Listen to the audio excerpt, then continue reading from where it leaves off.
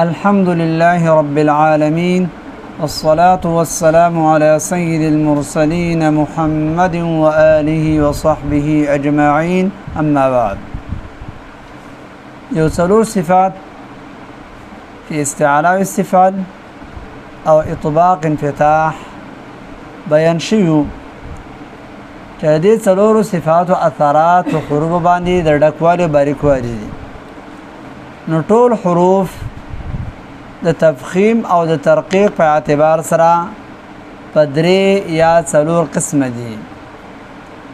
اول مستعلیه مطبقه. مستعلیه مطبقه دا څلور حروف دي: صاد، ضاد، طا، ظا.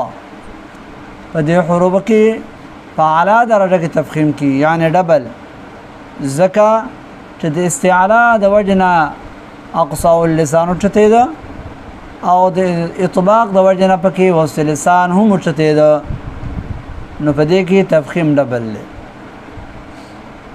دیم مستعلیه منفتحه دا درې حروف دي: قاف، غین، خا. چې دې کې د مستعلیه مطبقونه یو درجه تفخیم کم دی ځکه دا حروف مستعلیه خودي لیکن مطبقه ندي. درې مستفله منفتحه دا دویش حروف دي همیشه لپاره باریک دي لیکن په دې دویش حروفو کې یو درې حروف داسې دي چې هغه کې کیفیت د استعلاء پیدا کیږي چې هغه ته شبه مستعلیه وي. د استعلاء کیفیت سو ډکواله اثر په حرف کې ډکواله دغه شان یو درې حروف دي چې د استعلاء په شان کې کله کله ډکواله راځي. فرق دومره دی چې د استعلاء حروف دا غي تفخیم لازمی او ابدی دی همیشه دی او د دې درې وړو حروف تفخیم دا عارضی دی کله وی او کله نه وی. په دې کې د الف چې نه دا په مستفله حروف کې شمار شوی ده کده چې اکثر د مستفله حروفونه بعد واقع کی او همیشه باریک ادا کی لکه اکثر احوال کې الف باریک دي او دا درې وړو حروف اول یاد کا چې دا شبه مستعلی دي: الف، لام او را.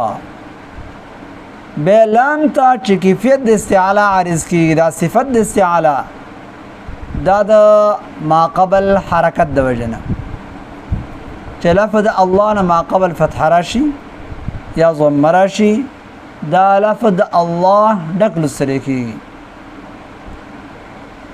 نو روایت حفظ کې صرف نوم د الله د پاره تفخیم ثابت دی. باقی نور روایتونه کې لکه ورش روایت کې حاصل منزنه چې د مصالح حروفونه بعد واقع شي هغه هم کله کله ډکوي ځنه لامونه لکه اقاموا الصلاه هغه داسې وي چې الته لام د مصالح نه بعد واقع شوی دی. او الف ته چې صفت د استعلاء عارض کیږي کیفیت دا د ما قبل حرف د وجنه چې ما قبل حرف فروي الف فروي چې ما قبل حرف باریک وي الف باریک. اوراتا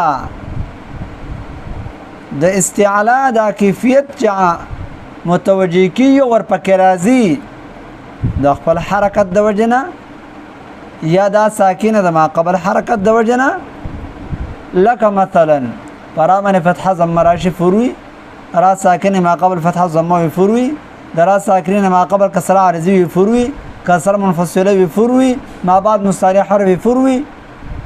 نو دا احوال درا اکثر چې نو هغه را سره ډکه ده لکه تاسو نو وکړه یو سوال کې دی شي چې لکه په لام کې تفخیم اصل لکه فرا کې نو اول خو ظاهر دا چې په یو کې اصل نه دی ځکه چې دا دوه د مستعلی حروفونه نه دي خو ته جواب داسې کې چې پرا کې تفخیم اصل له په نسبت د لام ولی ذکرا په اکثر احوالو کې ډکه ده او لام په اکثر احوالو کې سره باریک دی.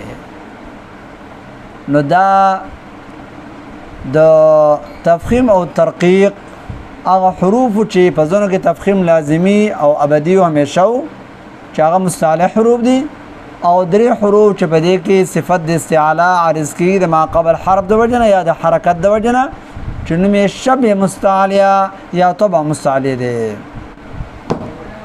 بیا د تفخیم د حروفو 15 درجات دي، یعنی د استعلا 15 درجې دي، 15 مراتب دي. اعلی درجه کې تفخیم په هغه حرف مفخم کې چې حرف مفخم مفتوح او ما بعد الف راغلي لکه قالوا. دویمه درجه د حرف مفتوح ده فقط ترسته الالف نه لکه قتل. دریمه درجه د حرف مفخم مضموم ده که ضمه پر راغلي لکه قتلوا. او څلورمه درجه د حرف مفخم ساکن ده لکه اقررتم. او پنځمه درجه د حرف مفخم مکسور ده لکه قردة. دا استعلا 15 درجات دا بیات ان شاء الله.